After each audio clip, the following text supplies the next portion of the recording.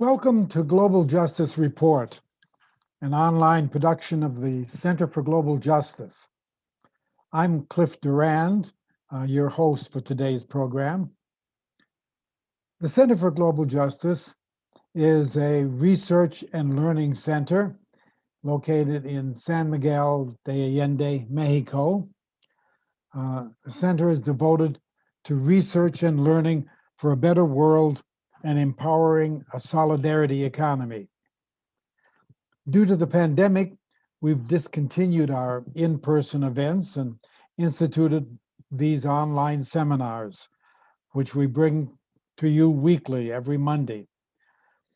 Without our previous revenue-generating programs, we now depend on your donations to support these webinars and to be able to continue to pay our Mexican staff.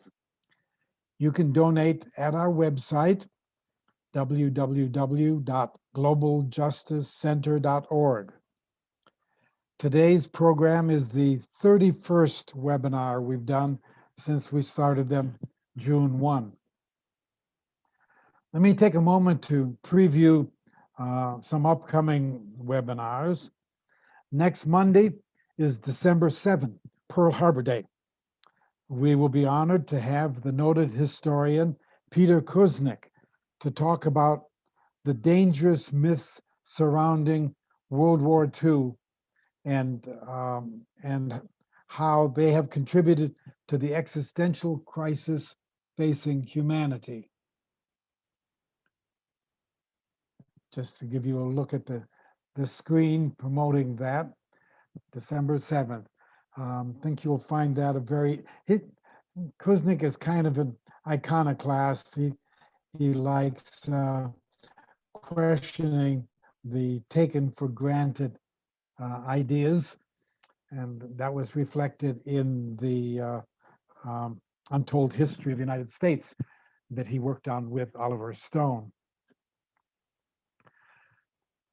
After that, we will then, the following Monday, be doing a webinar on commons and public goods, expanding the commons, democratic public goods, featuring philosopher Nancy Holmstrom and sociologist Dario Azzolini. After that, we'll take a break for the holidays and be back with you then in January with an exciting webinar on combating racism.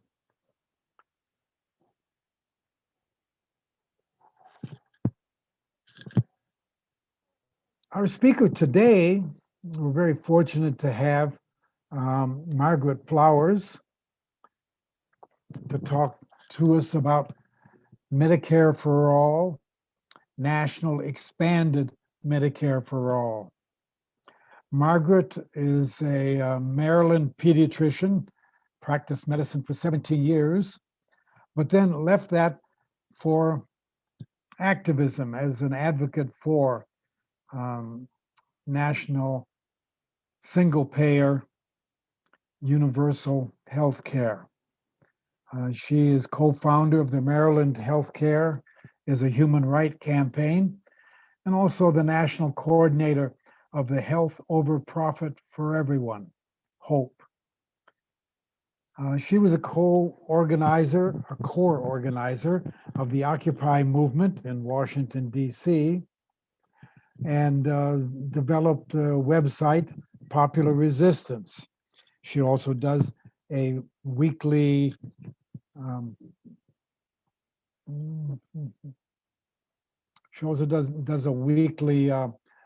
radio program, Clearing the Fog. She is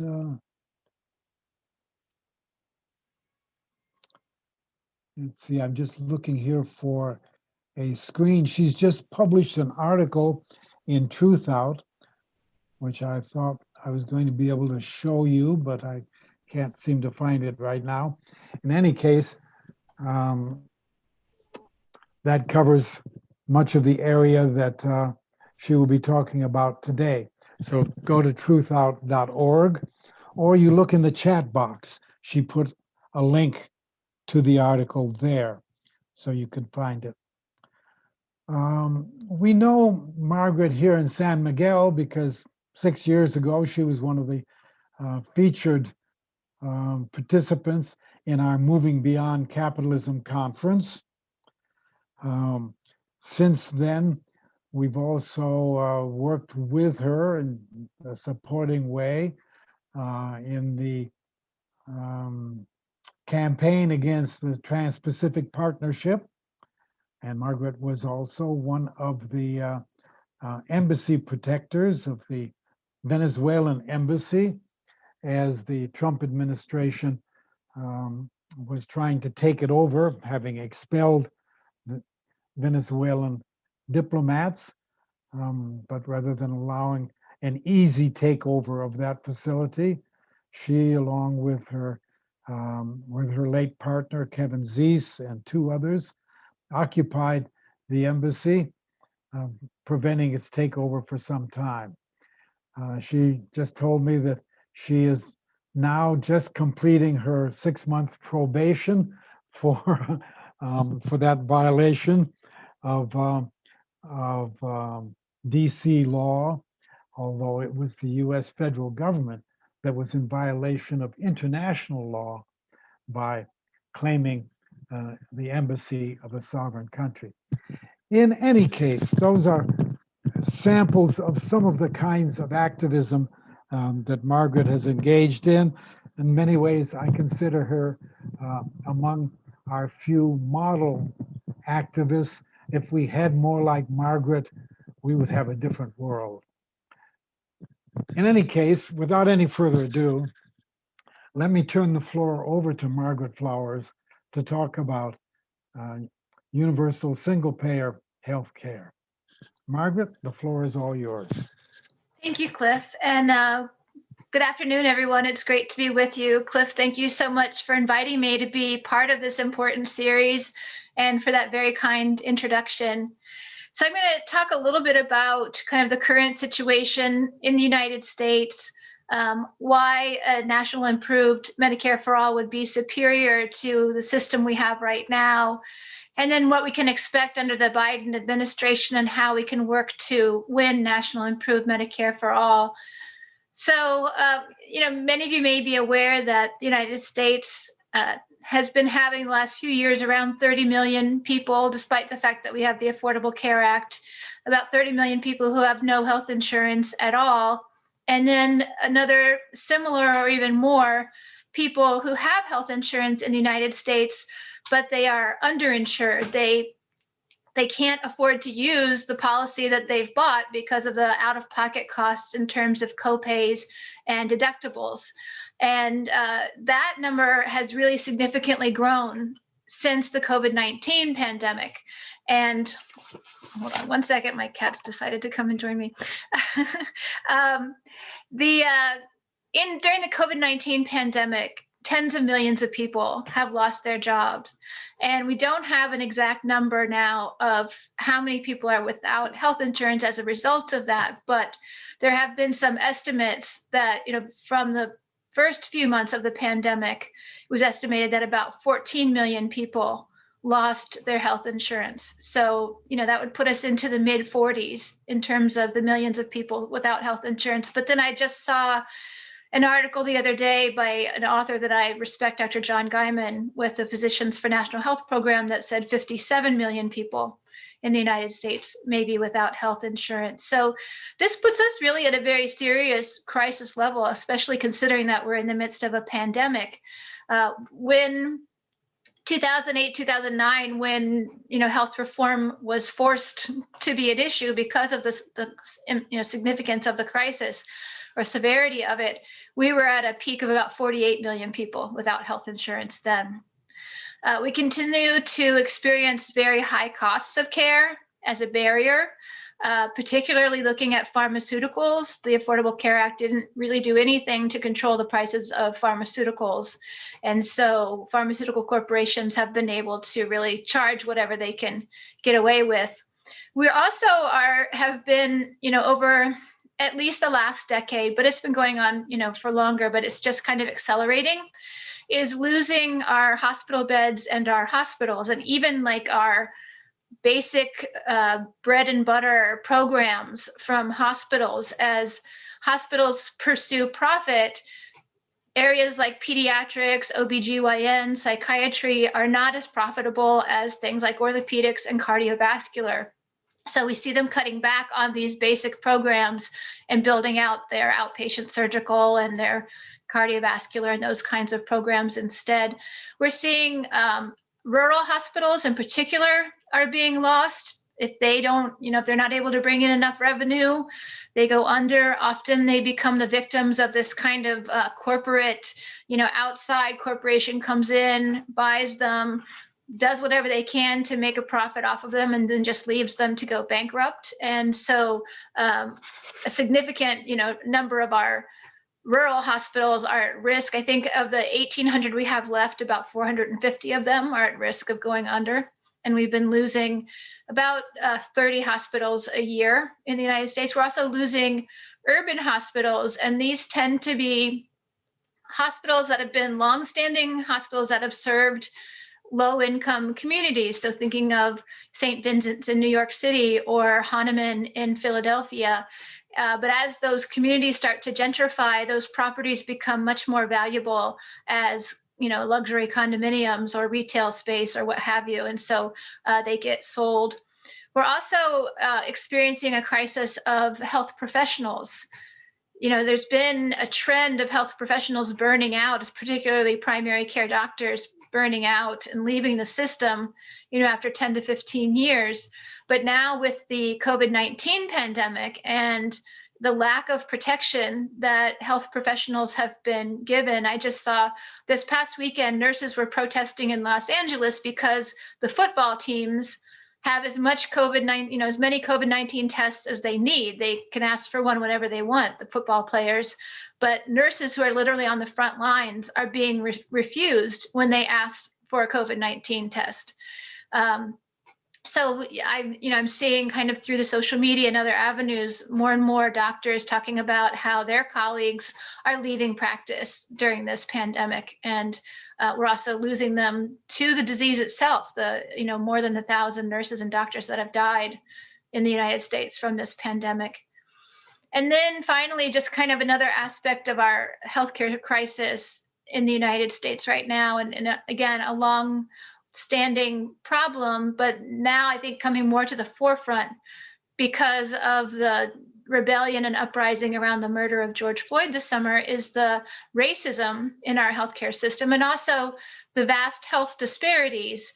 And we see this in the COVID-19 pandemic where, people who are, Black or brown are at much higher risk for getting the disease. They're at much higher risk for having more serious disease and are having a disproportionate number of deaths from COVID-19. And all of this kind of points to the real, the disparities and inequities in our healthcare system. And recently, we put together at the Maryland Healthcare as a Human Right campaign a toolkit on racism in health and just the many ways that it's manifested, even baked into the system beyond the bias that health professionals may have.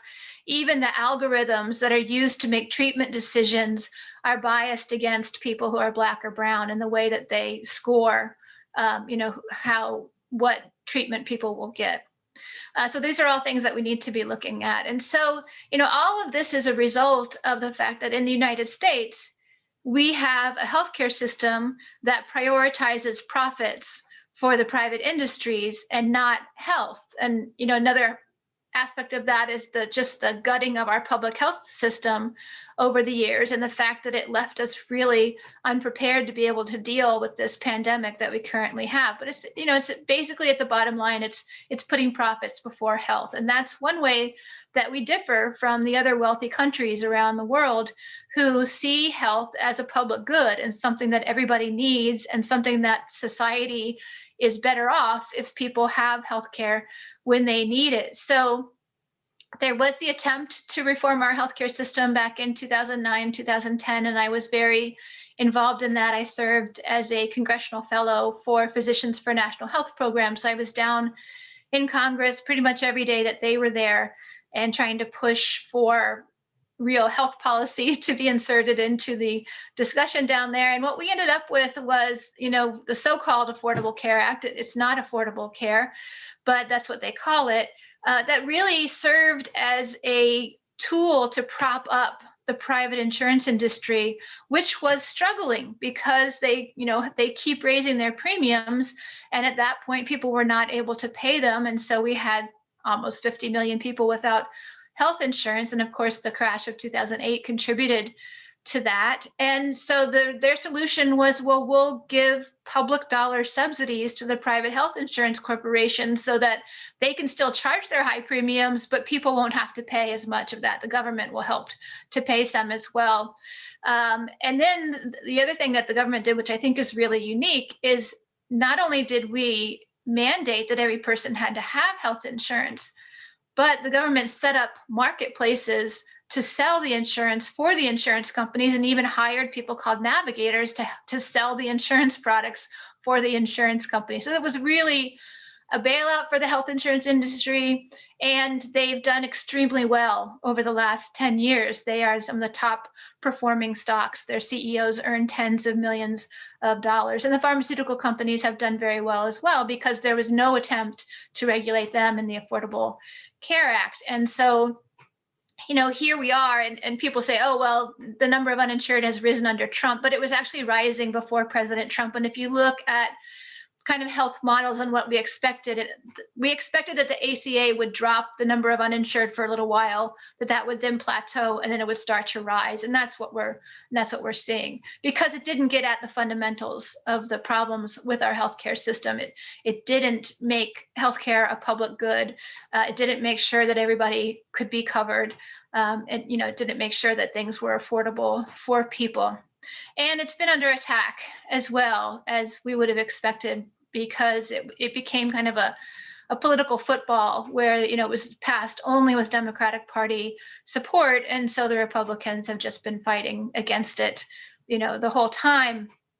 And we see that right now in this current court case, which is California versus Texas before the Supreme Court, which they're arguing that the individual mandate is unconstitutional, basically because they had previously ruled in 2012 that it was constitutional because it was basically a tax. Charging a penalty when people didn't buy health insurance was essentially a tax, and that's a constitutional thing that we can do. You can tax for the general welfare. But in 2017, they dropped the penalty to zero. So now, is it still a tax? That's the question before the Supreme Court. And if the individual mandate is unconstitutional, does that make the whole law unconstitutional? So those are the questions before the Supreme Court. So the fate of the Affordable Care Act right now is in question. Although looking at the initial arguments when they heard the oral arguments recently in the Supreme Court, it really looks like the ACA will probably be upheld by the Supreme Court, but we won't know until June or so. And I wrote an article about this recently in Truth Out, if you want to check that out. But, this brings us into this conversation, I think, and an opportunity to have this conversation. The crisis we're facing, the pandemic, the Supreme Court challenge, these are all kind of triggers for us to be able to have this conversation about, do we need to continue along the same lines that we are? Is what we have working, or is it time for something different? And, when you treat healthcare as a public good, it has so many benefits. And if we look at the countries around the world that have handled the COVID-19 pandemic better, they take this approach of seeing health as a public good, of having a national coordinated system, of being able to make a national plan, get resources where they need to be, do their best to try to prevent the spread of the illness. They have the resources to do that because their public health is an integral part of their healthcare system. Now, in the United States, we are actually spending enough right now on healthcare per person per year to be able to provide universal, high quality, comprehensive healthcare. The US spends on average twice what the other wealthy nations, or OECD nations, Organization for Economic Cooperation and Development nations, we spend about twice as much as they do. Those countries cover everyone, and they have better health outcomes than we do. So why is our system so expensive? One reason is that we have literally thousands of healthcare plans. You have all these different insurance companies, and they have different plans, and each of these different plans has different rules. And so you've got people writing the plans, selling the plans. Then when someone buys a plan, they have to figure out, where can they go? How much do they have to pay? What can they get? There's all this administrative baked into it on the insurance side as well as the health professional side, and all this complexity that means that a third of our healthcare dollars are just going to paperwork. And this is significantly more than what other countries spend as a proportion of their healthcare spending on paperwork. And so this is money that's not going towards care.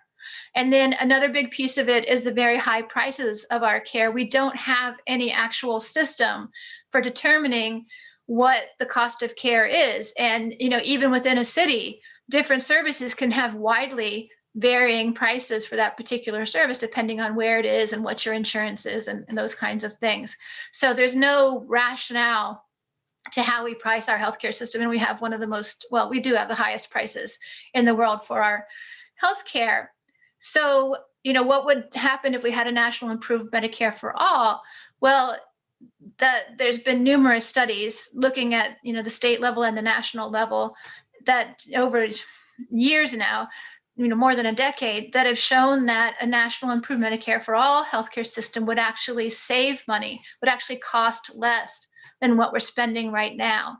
So a lot of people say, well, that's too expensive, we can't have it. No, the current system is too expensive. Moving to national improved Medicare for all would save us money. And the ways that it does this is, one, it simplifies the administration. You have one system with one set of rules. Everybody's in it, so you don't have to determine what you're eligible for and those kinds of things. So it makes it very simple to use for health professionals and for patients and for hospitals. Hospitals would just get a global budget, operating and capital budget, regularly. They get a check they could just use to pay their staff and buy their supplies and things like that. And then their job is just to take care of the people who come to them. Another thing is that a national improved Medicare for all allows us to determine prices and to negotiate prices. So negotiate with the pharmaceutical companies. As the only purchaser of their products, the government has the ability has a lot of leverage, to negotiate those prices. And then the third aspect is just bulk purchasing. Imagine if the United States had bulk purchased N95 masks and other types of personal protective equipment, and then just distributed that out to the hospitals. In fact, we did have some in our kind of national, I can't remember what it's called, but our, the storage that we have of supplies in case of emergency. But, instead of releasing those, we had states fighting with each other over trying to get masks and this other equipment. And then these corporations basically sitting back and, raising the price as these states are duking it out to try to get the things that they need. Under National Improved Medicare for All system, we would be able to have those supplies and get them, where they're needed. So there have been different kind of proposals for how to pay for a National Improved Medicare for All. And generally about more than 2/3 of our healthcare dollars right now are public healthcare dollars. So if we kept that and then either just appropriated the rest of the money, or just had some sort of an increase maybe on like the Medicare tax, that could be used to finance it. But we need to create a progressive form of financing our healthcare system, because right now it's very regressive, and people of lower income spend more as a proportion of their income on healthcare than those who are wealthy. And and it's so interesting when you hear politicians say, well, how are we going to afford it? I don't remember seeing any mechanism for how we were going to afford the $920 billion each year now that we're giving to private health insurance corporations to subsidize their products, right? Or to reinsure them so that if they actually have to pay for, healthcare more than they expected to pay, that the government will step in and give them back some money for having to actually pay for healthcare. So, you never hear those conversations about that. Or of course, the Pentagon budget, which is just growing, by tens of trillions, billions every year. So anyway, the bottom line is that, we can't afford a National Improved Medicare for All healthcare system. And it's not, the problem is not public support for it right now, or the fact, that we can do it and we have the things for it. It's the biggest problem we face right now is the public understanding our power, our ability to win this, and what it's going to take to win it. But let me quickly talk about kind of the fact that in the United States, we already have 3 types of healthcare systems.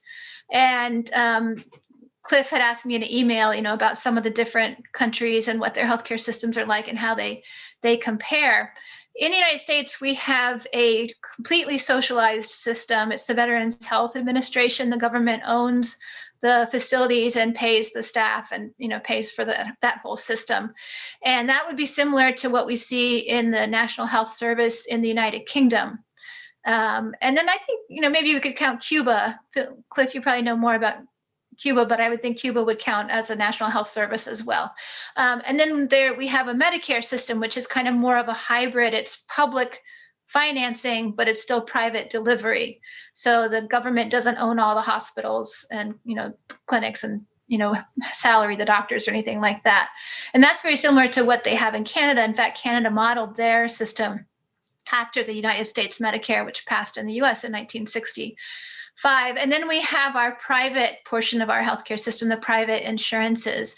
And of course, that's the least efficient part of our healthcare system. They have a financial responsibility to their investors to make a profit for them.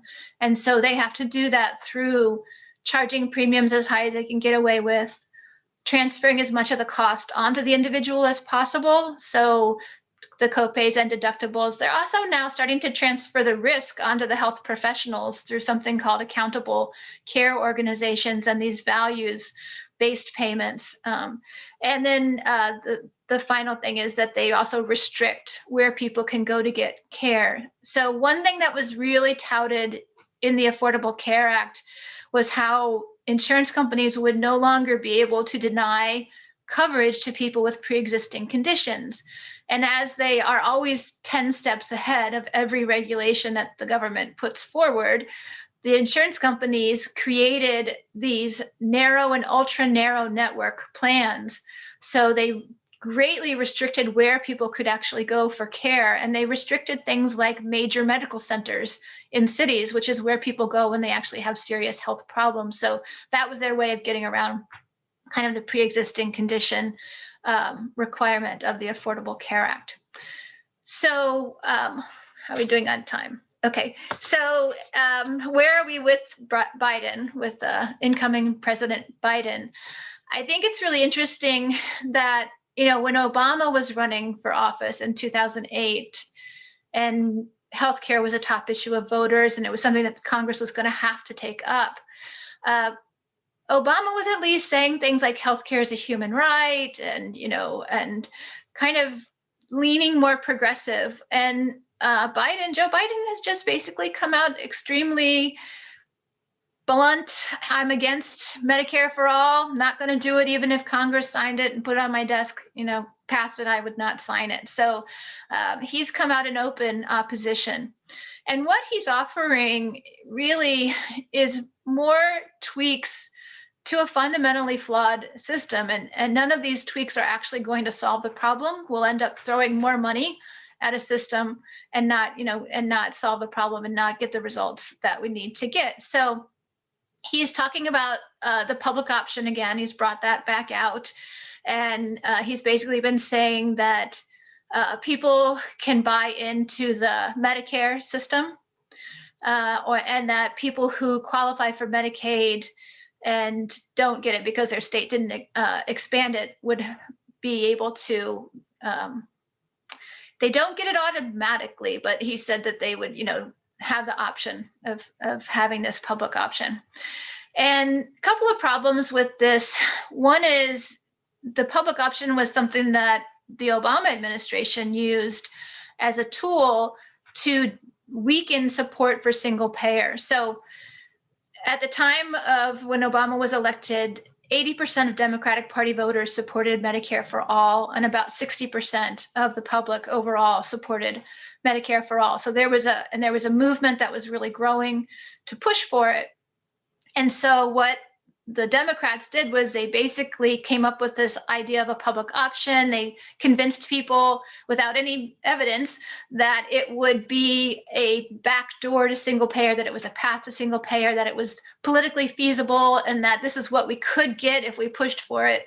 And so tens of millions of dollars were invested into progressive organizations, including labor organizations, to get them to mobilize people around this public option. And then those of us who were saying, no, we need a single payer system, we were sidelined and marginalized and told we were the problem and we were asking for too much and things like that. When it came down to it, there was never an intention to have that public option in the final legislation. The House passed a version of the ACA first, and theirs had a very weak public option in it. And there was a lot of push to get the Senate to add one into theirs. And in December of 2009, I'll never forget it, when some of the senators were starting to move towards supporting a public option and putting that into the final legislation, the White House actively whipped against that to require, to push them not to put it into their legislation, because what ultimately happened was the Senate and House bills were different. They had to go to a conference of 6 members who then determined which parts, stayed in the final legislation. That gave the administration the power to make sure that a public option was not in that final version. So is Biden doing the same thing? Is he pulling it back out again to get progressives excited and believe this is something we can have? And even if we did get a public option, the research that we have shows that the savings from a public option would be minimal. And so, in terms of being able to have the resources to cover everybody, we've got to get at the savings. And a public option gives you really no administrative savings, because it's just adding another another insurance into our already, big pool of insurances. And another thing that's really interesting is that in the last few years, the private insurers are taking over our public systems. So about 3/4 or more of people who are enrolled in Medicaid are actually enrolled in a private managed care organization, that's run by these major health insurance corporations. The seniors who are in Medicare, a growing proportion of those are now in these Medicare Advantage plans, which are basically private insurance plans. So of the top health insurers, more than 50% of their revenue is coming from the government for being paid these government premiums for these public plans that the private insurers are administering. So, do we even have public plans anymore? Not too much. So would this public option be just more of this? Would it just be more of, private Medicare, people buying into these Medicare Advantage plans, which would be another boon for the private insurance companies? The other thing that Biden's talking about is tax credits. These have been floated out over the years, and tax credits are great if you have money. But if you don't have the money to pay for a premium, knowing that you're going to get a tax credit the next year doesn't help you, because you need the money then to pay for your premium. You can't wait for a tax credit. So those don't work. They're just nice tools for wealthy people. He talks about going after pharmaceutical costs by getting Medicare, allowing Medicare to negotiate for prices. But again, that's just getting at one small part of the system. We need to negotiate prices for everybody to bring down the cost of the pharmaceuticals. Talks about increasing competition among insurance plans. This was a big talking point in 2009. It's also something that the Republicans talk about all the time, is that, premium costs would come down if only there was more competition among the private insurers. We have a lot of consolidation in our system of the private insurers. Most people don't have a lot of choice. They have, choice of 2 or 3 plans. The ways that they've talked about increasing competition before is basically giving some sorts of breaks to these private insurers to lure them into certain markets. So maybe giving them more tax breaks, giving them more subsidies, things like that. Or giving them more reinsurance. So it's really like throwing more money at these private insurers to try to get them to come into this market. So maybe they'll compete with each other and lower the cost. And then finally, what's interesting, and this is another tactic that was used in 2009, is so Biden is talking a lot about reproductive care and the importance of financing Planned Parenthood and making sure that women have access to reproductive care. And of course, that's important. And then what it reminds me of the 2009 process is that the two kind of carrots that were used to get people to support the Affordable Care Act. One was the pre-existing conditions, policy of getting rid of that. And the other was lowering the cost of care for women. And so anybody who opposed the Affordable Care Act, who understood that it was just a bailout for the industries, it was not going to create a universal system, was criticized and chastised as being anti people who have pre-existing conditions and anti women. And so this time reproductive care is being used as that carrot. And anybody who says, well, what you're doing, Biden, is inadequate, is going to be anti-reproductive care. So it's just, we need to be able to see beyond what these tactics are. So how do we win national improved Medicare for all? Well, as I said, it's support for it is growing, and especially during this pandemic, it's growing. But it had been growing even before that. We were starting to see more and more movements from different parts of the Black Lives Matter and the workers' movements and things like that, starting to put national improved Medicare for all as a top issue for them. The Poor People's Campaign and all these various groups that are coming out with their platforms are putting Medicare for all in there. But now with the pandemic, I think it's even growing even more. And in fact, a recent poll found that in the general population, it's more than 70% support for national improved Medicare for all. And when you change the language, when you actually explain what it is, that support goes even higher. So, we have public support, but people just aren't convinced because we've been constantly told that we're asking for too much and we can't have it. It's not on the table. And so people, believe that, and they're like, oh, we have to fight for something less because we're not going to get it if we fight for this. So just getting people to believe that we can win it. We also have to recognize that although there are some Democrats who are championing this, that this is not part of the Democratic Party platform. They've actively fought to keep it out of the platform. And the vast majority of Democrats who sign on to the Medicare for All legislation sign on because they believe that that's what they need to do to please their voters. And it's not because they actually support it. And so over the years, we've, a lot of our work has just been trying to push members who've signed on to legislation to actually talk about it, or even actually put a paragraph about it on their website to show that they support it. So it's kind of one of those safe things they can support because they don't think it's going to go anywhere in Congress. So we have to be realistic about that right now, a lot of what the Democrats are doing is rhetoric and not actually substance. When I was the Congressional Fellow for Physicians for National Health Program, after that experience, kind of the lessons that I learned from that of what it would take to win, I use an acronym to describe it now and help people to remember it. And the acronym is ICU, which I think is, we're in a healthcare crisis and we need the ICU. If you can think of it, that helps you to remember it. And the I stands for independent. It's really important that in our advocacy, we are independent of the political parties, because as soon as we tie, and this is what happened in 2009, as soon as we tie our agenda to a political party, then we lose our power. It becomes weak, because what we saw is that as the Democrats' legislation got weaker and weaker and weaker, people refused to criticize it. They hung on to it and they fought for this really lousy piece of legislation. So we need to be independent. We also need to be clear about what we're asking for, because they will always try to pull these tactics to weaken our demand and to try to convince us to go for something less than what we're asking for. So we have to understand that when they say a public option, that we know what that is and we know it doesn't work, and we don't fall for supporting that. The other is we have to be uncompromising. And I think of a quote from Gandhi that said, you can't compromise on fundamentals because it's all give and no take. And that's where we are. When it comes to healthcare, if, to compromise and say, oh, well, we'll give healthcare to some people, but not all people, we can't do that. Every single person needs healthcare. We can't compromise away the lives of some people. So, we can win universal healthcare. It exists in every other wealthy nation. We actually can win that here. We're paying enough to have it. We just have to be unwilling to compromise for less. And that's, what the other thing they'll throw out as well, politics is the art of compromise. Well, you can compromise on some things. You could compromise on how much is the tax going to be?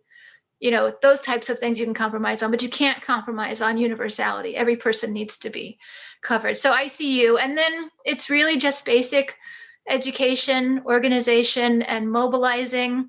I was amazed during 2009, 2010, and this is a story that's not told very much.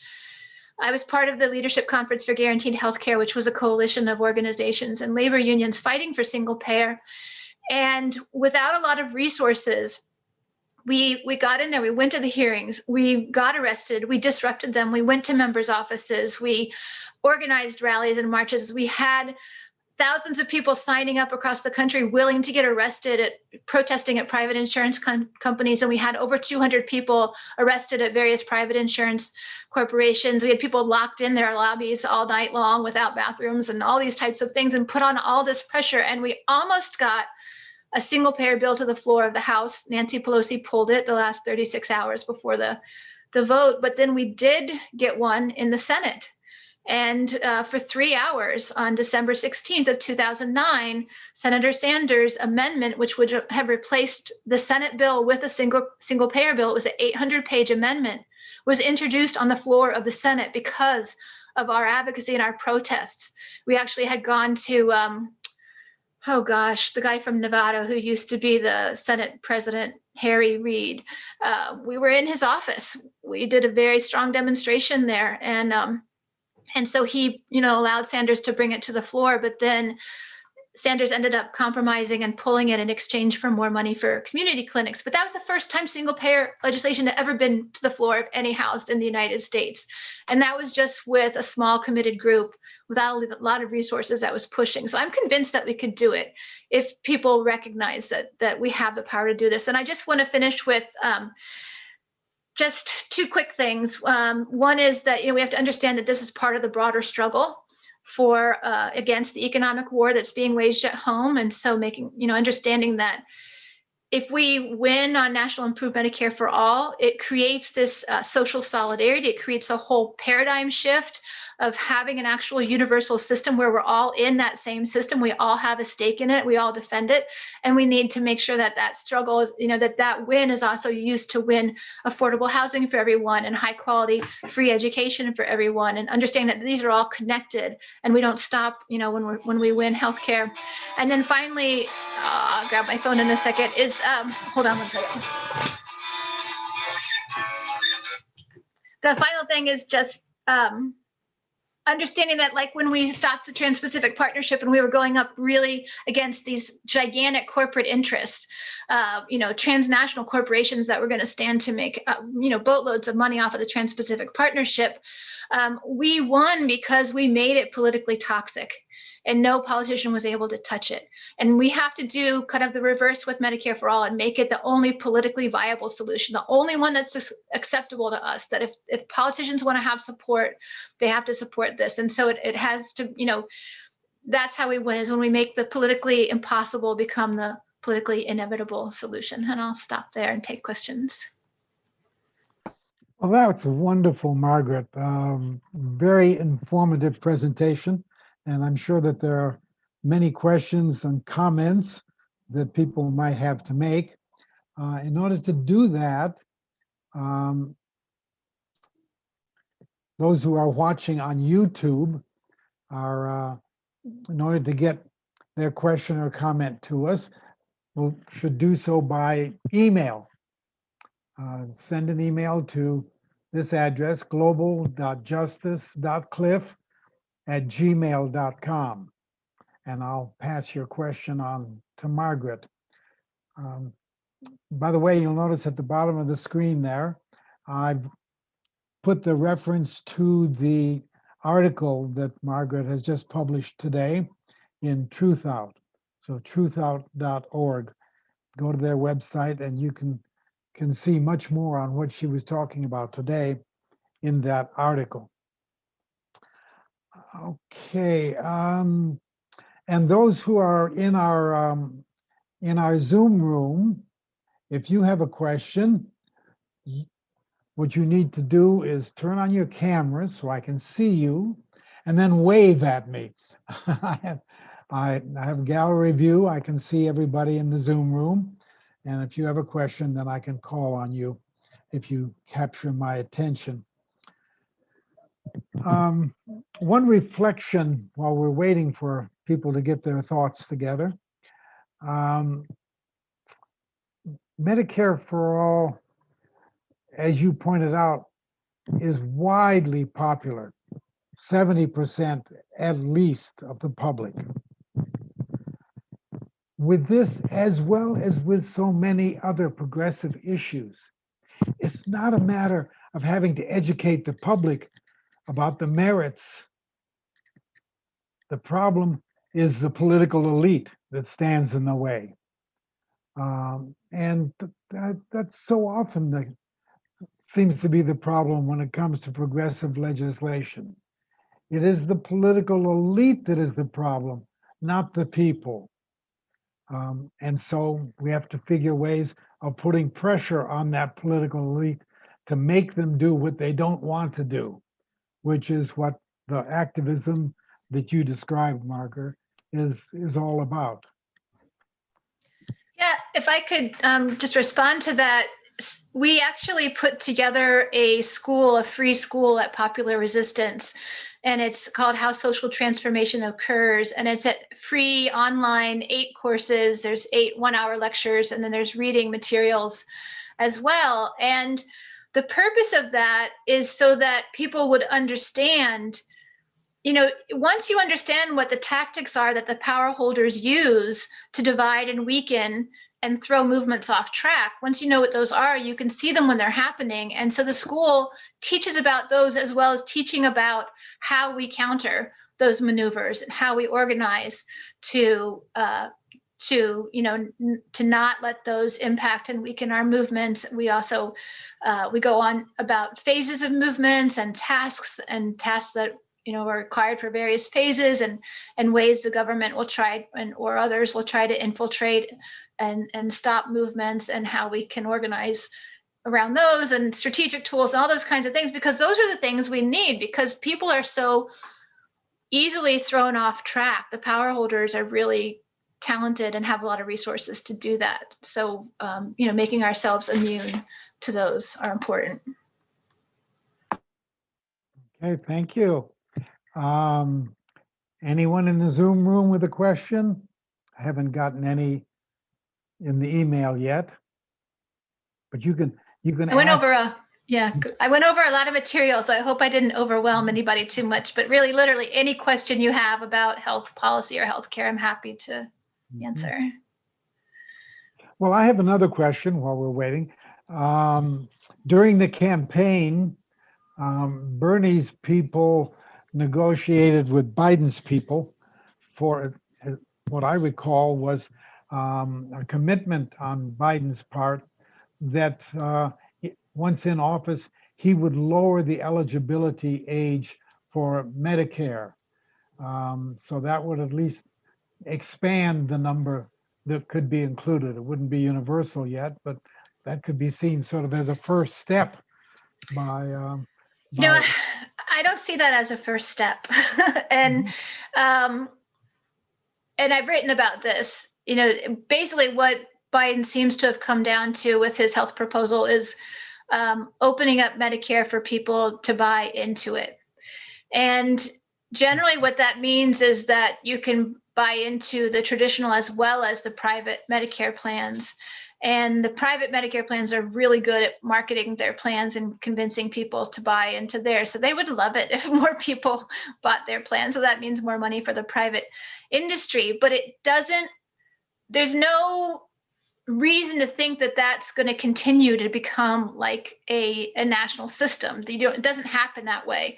And basically, it doesn't give you the savings. The beauty of National Improved Medicare for All is you're creating a healthcare system all at once that allows you to have that significant savings, which is what we need if we're going to cover everybody and have, comprehensive benefits for everyone.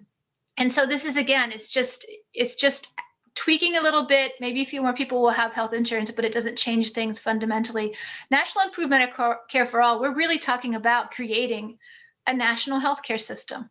getting rid of the private insurance companies and having a national system with a national database so we can look at what our needs are, look at what our resources are, build resources out where we need them, fund all of our hospitals up front so that no hospital is at risk of going under, and also being able to build out new hospitals, where we need them. It's actually talking about creating a whole system that's designed around health.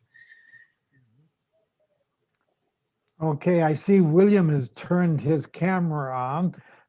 If you unmute yourself also, you can present your question or comment. Yeah, so many, hard to formulate, but I'm just kind of wondering the speaker's general feeling on the probability of this actually happening, because I'm just such a cynic now and so skeptical, and I don't see the incentivization for the current political ruling class to do anything for the average person. Your thoughts and feelings on that. Yeah, well, so you join a lot of people who feel like they want this, but they don't feel like they have the power to get it. That's the biggest problem that we face. When we took on the Trans-Pacific Partnership in 2012, when nobody knew about it and it was being negotiated in secret, and even Congress couldn't read it, I remember saying to the folks we worked with, we're going up against the biggest transnational corporations in the world. How are we going to defeat this? But we did. And we defeated it through, it wasn't just us alone. We built a broad movement of movements. People were mobilized, activated. We had action camps. People had tools. They knew how to get out there and confront people, and they did it, and we won. And we can do the same. As I said, my experience in 2009, 2010 with a small group of people and not a lot of resources, but just being relentless and pushing for it, we got close. The ruling class is never going to give us what we need. But if there was ever a time, we've been building and building this movement now for decades. More and more people understand what it is. More and more people are including it in their demands. Now we're at a healthcare crisis. This pandemic is going to be with us for a long time. Even if we get a vaccine, it's going to be a long time before this pandemic goes away. And especially, with the way things are surging right now, it's just like out of control. So that and the recession, which is probably going to be a depression, because that's how it happens during pandemics. These are all creating crisis points that are going to have to drive some sort of a change. And so this is our opportunity, if we are organized and mobilized, to win this, to force this change. But that's the only way it's ever happened. That's how it happened in Canada as well, right? Even the doctors were against it there. They went on strike, and the people were organizing, living room to living room, talking about it, demanding, organizing it, and they won it. This is how the Norwegians, won the social democratic systems that they had, have in their country. It's how it happens, and they movements do have phases, and we are at a phase now where we are in a position to win this if we use the tools that we have and understand how the opposition is going to try to undermine us, and don't fall for it. It's education, organization, mobilization. That's how we always win these things. Just a follow up to that then, other than just putting, contacting your, local elected official and trying to put pressure on them, what would be some specific action steps that average people can take to try and make a difference here at this phase? Because I do agree also, I think we're at a critical point here. And if it's going to happen, I think it needs to happen very soon while there's still political leverage. Yeah. Everybody can educate about it. That's really important. And making sure that, as we get this misinformation put out, as the Democrats try to take people off track, put people back. I'm not a Democrat, but, put people back to sleep and say, oh, you've elected Joe Biden, everything's good now. And, oh, don't worry, we've got this healthcare thing under control. We've got our COVID-19 task force. We're going to take care of it. And I have a whole nother commentary on that. But, people can't fall for it. So we have to constantly be calling out the administration, the members of Congress, and exposing, the ways that they're trying to not take action. It's about educating people in your community about what it actually is, so they feel comfortable talking about it and understand why that is a positive impact for them. And then it's basic organizing, building a movement of movement. So trying to reach out to people, if you're part of an organization, forming coalitions, and then deciding, okay, what are your targets going to be? What are you going to go after, in your community to try to put pressure? A very simple thing that some places are doing is a resolution campaign. We also did this during the TPP as one of our tools, was getting city and county councils to pass resolutions in support of National Improved Medicare for All. And so here in Maryland, one of our county councils, I think it was all but one member, signed on to a letter that they sent to every member of Congress about why we need National Improved Medicare for All now. So, that's one place at the local level that you can use to try to put some leverage onto your members of Congress. But the important part of these resolution campaigns is that they have to be used as coalition and capacity builders. And so as you're trying to get your city or county council to support this resolution, you're reaching out to all your different community groups and saying, will you sign on to this? Will you come down to this hearing we're doing? Will you speak out on this? Will you tell your membership about this? So just using that as an organizing opportunity and tool. And then, I think that we'll see we did do one single payer action camp in 2018 that was really good in DC and actually confronted Bernie Sanders over his really lousy healthcare bill, but that's another story. But his bill's not really a very good Medicare for All bill. But that was just to build capacity in people, and then they went back to their communities and they've been using that to organize those skills that they learned in that action camp. So, there may be more of those down the road. Who knows? There's a lot that we need to be doing. We also had, in the last years, we had people around the country who, we called them citizen lobbyists, and they basically we were finding one person in each congressional district who was willing to develop a relationship with the health policy staffer of their Congress member. Because these health policy staffers, they don't learn about single payer. They don't know how to talk about it. They hear from the lobbyists. And so we were doing every week a short lesson about one aspect of single payer, and sometimes bringing in studies that had just come out or current events that had just happened, and then explaining why single payer was important in that context. And then that person would send that lesson to their member of Congress's health staffer and serve as a resource if that health staffer had any questions. And the feedback we got from the staffers, that had that type of liaison, is that it was really helpful to them to be able, because a lot of times, it's the staffers that have some influence over what their bosses are saying and writing. So having that relationship is awesome. But understanding that's not sufficient. I mean, it's going to take pressure. It's going to take public pressure, real public pressure, confrontational pressure to win this.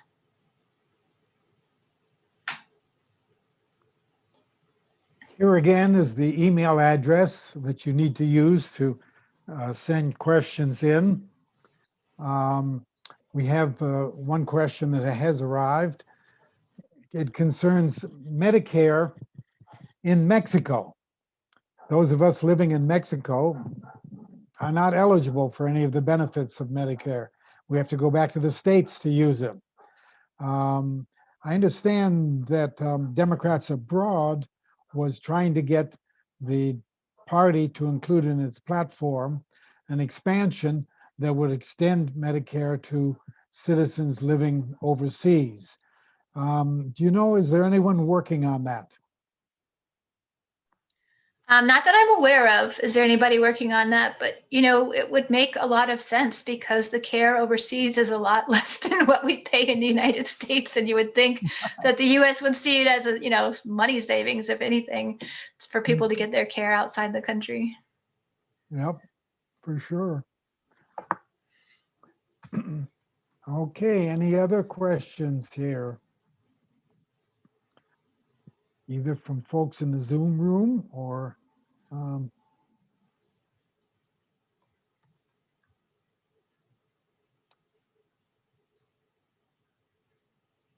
Mhm. I do write about this fairly regularly.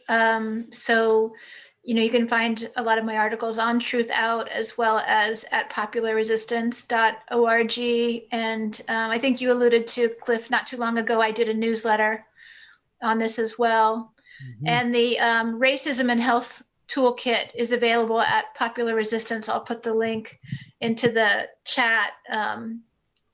But that is a PowerPoint presentation.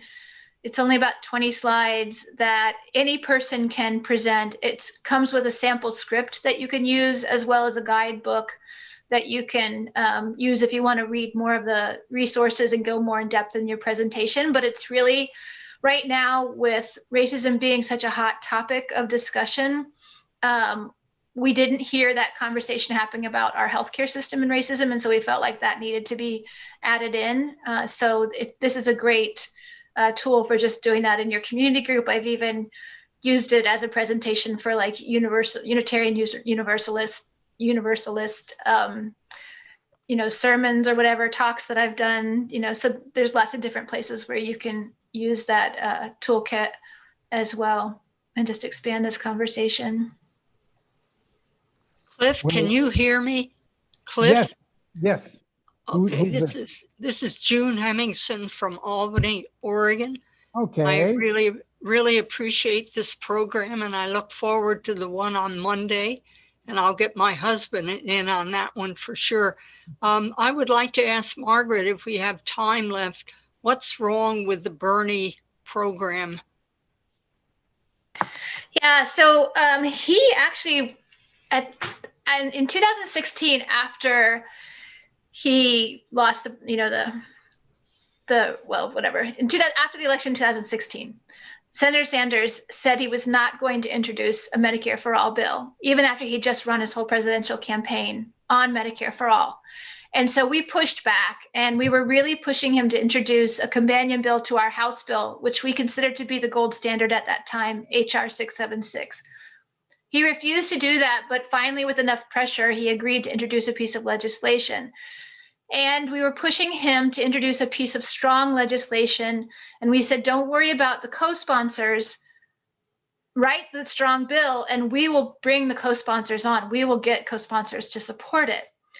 But he took the other tack of deciding to allow, he wanted to have a bunch of senators signed on when he introduced it. So towards the end of it, he just basically started allowing various senators to write portions of the legislation. And we were meeting with his staff. We had a long meeting with his top staffers, even 2 weeks before the legislation was dropped, pushing them on the policy and not to compromise. And they just threw so much out. So some basic things, it doesn't take the profit out of the healthcare system.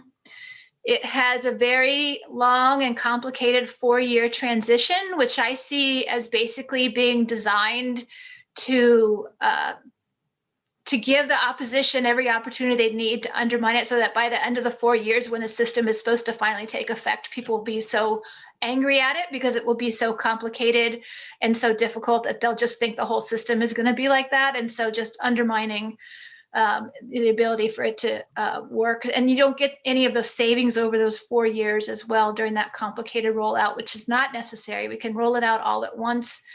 What are some of the other things? It's been a while since I've gone through all of the problems with it. It doesn't provide global budgeting for the hospitals and different facilities, so that they just automatically get those operating costs and don't have to worry about keeping their doors open. It continues some of these really unworkable payment systems that were developed during the Affordable Care Act, like the accountable care organizations, which is why we don't consider it a single payer piece of legislation, is that because it would continue to allow these accountable care organizations and these values-based payment type of policies that they're using right now, which are just pushing the incentive on, the financial risk onto the health professionals. They are paid based on how well their patients do, and not like they're getting everything they need so their patients can do well. They're just like, they're punished if their patients don't do well. And in this environment, it's hard for patients to do well because there's so many barriers to that.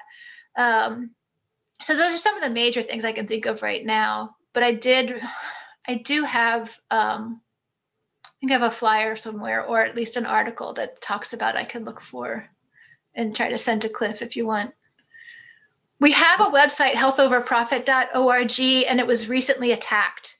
And they just basically, they did a very effective attack on our website. And so my web person is working to rebuild it right now. So I hope to have that by the end of the year, because it has a lot of good resources, as well as we were doing national calls.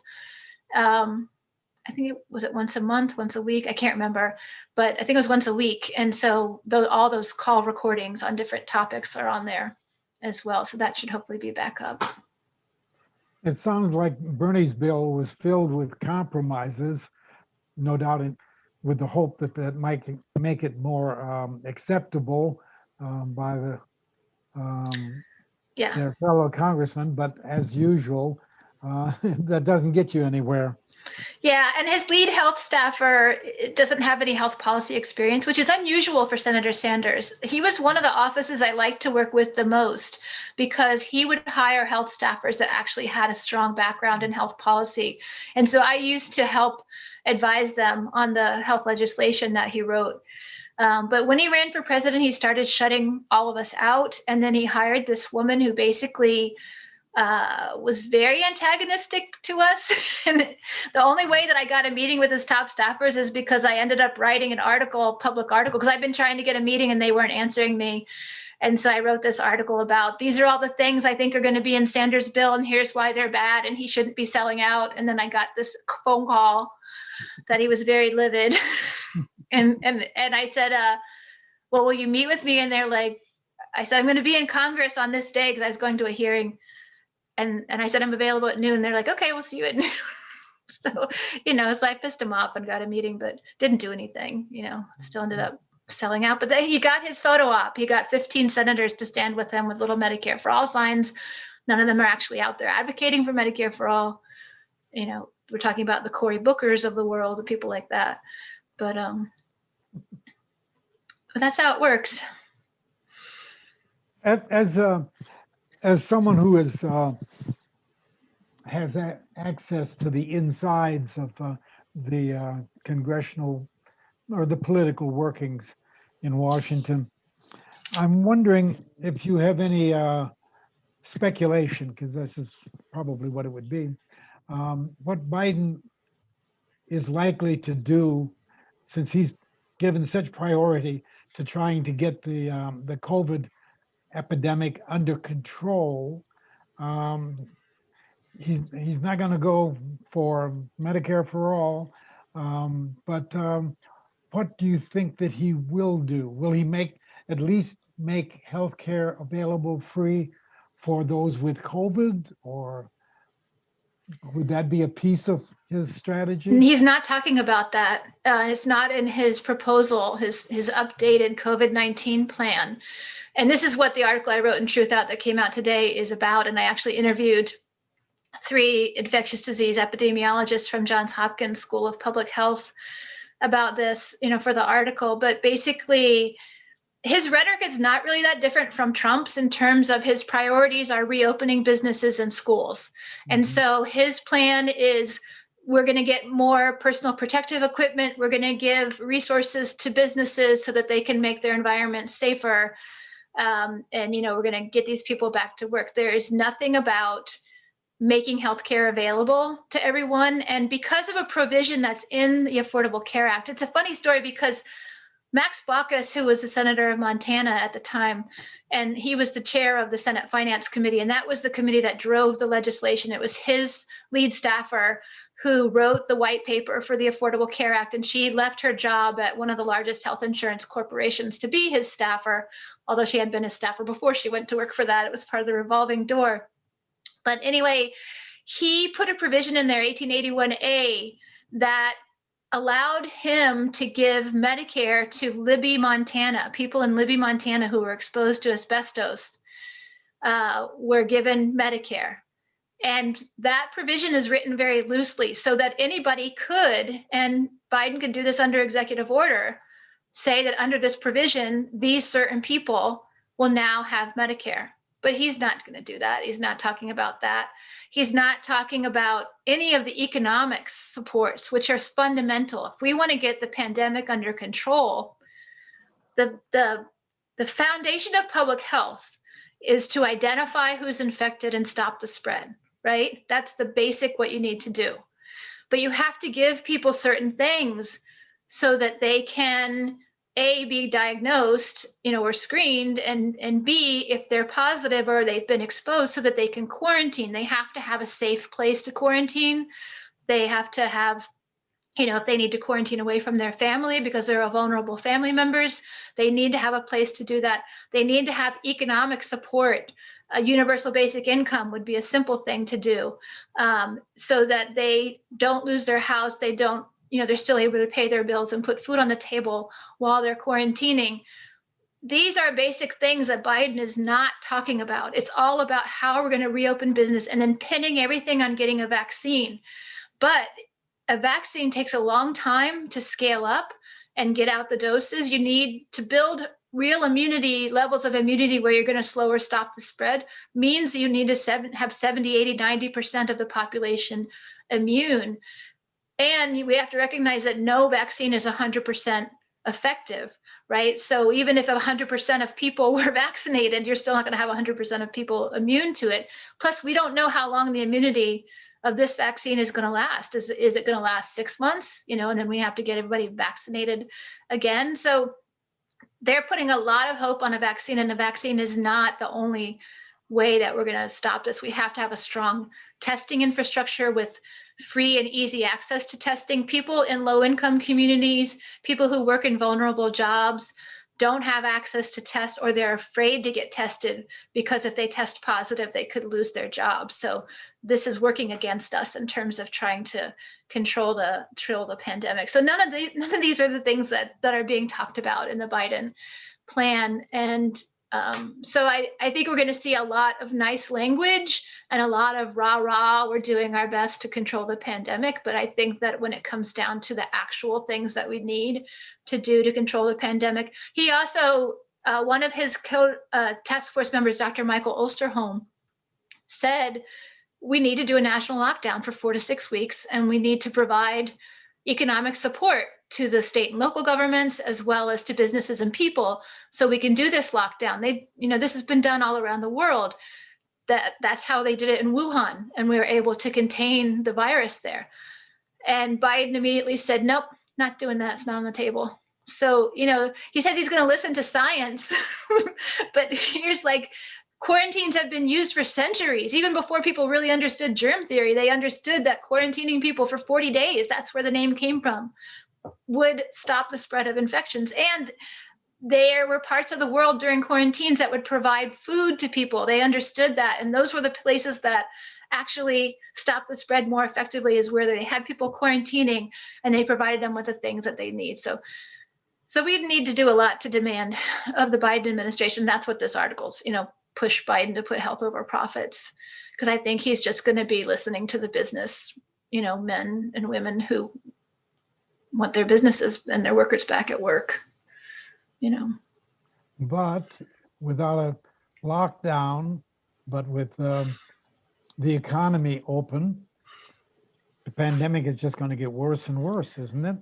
Yeah, we're, and Fauci is saying now we're going to have a surge on top of our surge. I mean, I remember just a few weeks ago being interviewed, and we were averaging around 50, 60,000 cases a day then. And I was like, oh, the way things are going, we might even be as high as 100,000 new cases a day. And now we've reached over 200,000 in one day, and we're averaging around 170,000 cases. And with people not listening to the Thanksgiving advice and still traveling, we're looking at in another couple of weeks, infections grow exponentially.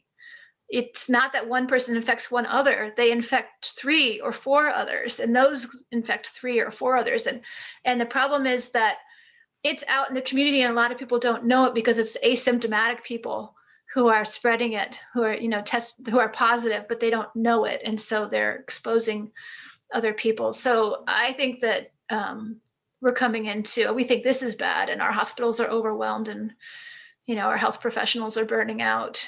I think the next couple of months are going to be really rough. Mhm. And remember, Biden's not even coming in until January 20th. So, we're in the Wild West for the next couple of months. Sorry to be so, just the And- reality. And would the people of the U.S. even go along with a lockdown? I mean, given Only the if way they, that Trump has sort of prepared people to resist. I think that if people were given what they needed to be able to lock down, because economic suffering goes across political party. Of course, you have this kind of outspoken minority, but the reality is, majority of people, and particularly people of color, want effective action. If you look at surveys of parents about sending kids to school, it's overwhelmingly parents of Black children who don't want their children to go back to school because they understand that their population is the most vulnerable, right? So if you said, we are going to ask you to quarantine and we're going to give you $2,000 a month plus, per adult, per household, maybe 500 per child per household. We're going to stop, rent payments. We're going to put a moratorium on evictions. We're going to make healthcare free to you during this pandemic. If you did those kinds of things, I think people would comply. If you said, we're going to deliver food to your door, boxes of food every week, like they do in some places. In Vietnam, they provided meals to people. If you did these things, I think people would comply. But absent that, we are in this situation of fighting with each other for these basic things that we need, and everybody feeling very insecure and scared. So, but I don't think that's going to happen. So. Unless we fight for it, unless we demand it, which is why mutual aid is so important right now. Yeah. We were able to get food to our low-income communities in Baltimore. We were able to shame the city because they literally, in the beginning of the pandemic, when the stores started price gouging in the low-income communities, even though we have this price gouging law in Maryland that wasn't being well enforced, and we gathered food and brought it down to one of the low-income communities, and the city threatened the community leader in that community with eviction if she passed out food. And we were able to get media attention for that and shame the city, which backed down, apologized to her, and fired the person who threatened her. And now they're getting regular deliveries, truckloads of food. She's passing food out every day she's feeding now 3 communities around the Hopkins area. But that's the kind of stuff you have to do, Yeah, well, here in San Miguel, we have done mutual aid, providing food to those who are in need of it, out of work, and that's happening everywhere, it seems. It is everywhere. Yeah. Yeah, funny story. Oh, I don't know. People will, they have humanitarian impulses and they will rise to the challenge. Yeah. You were going to say? No, it's just a funny story of my partner Kevin's mother, 91-year-old mother who lives in Queens. We were contacted early in the pandemic by this young man who's running a mutual aid in Queens, New York, who wanted to talk to us about, what they were doing. And Kevin's mother had just received a bag of groceries the week before on her front doorstep, and she had no idea where it had come from. And it turns out that this young man who had contacted us was the organization that had dropped off the groceries. He had no idea that it was his mother that was living there, but it was just really, it was an interesting kind of funny coincidence. But I just remember how surprised she was, like, I opened my door and there was a bag of groceries there. Just like how excited she was to see that. Well, on that upbeat note, in an otherwise very very dismal picture, people will rise to the occasion to do what needs to be done, and hopefully they will be able to rise politically and force a universal single-payer healthcare system that will really meet people's needs. I think that you've done a lot, Margaret, to help us understand more fully what such a system would look like. And without any further questions, I think we need to adjourn. I want to thank you for such an informative presentation, and I wish you well in your continued political work. You have, you know, people are often now, when someone from the military is in a program, they say, "Thank you for your service." Well, I want to say thank you, Margaret, for your service. That is the Thank you, kind of Cliff. service we need much more of. Thank you, Cliff. And thanks for having me on. We can win. That's the Yeah. message I want you to leave with. We can win. All right. Yes. Okay. Bye-bye.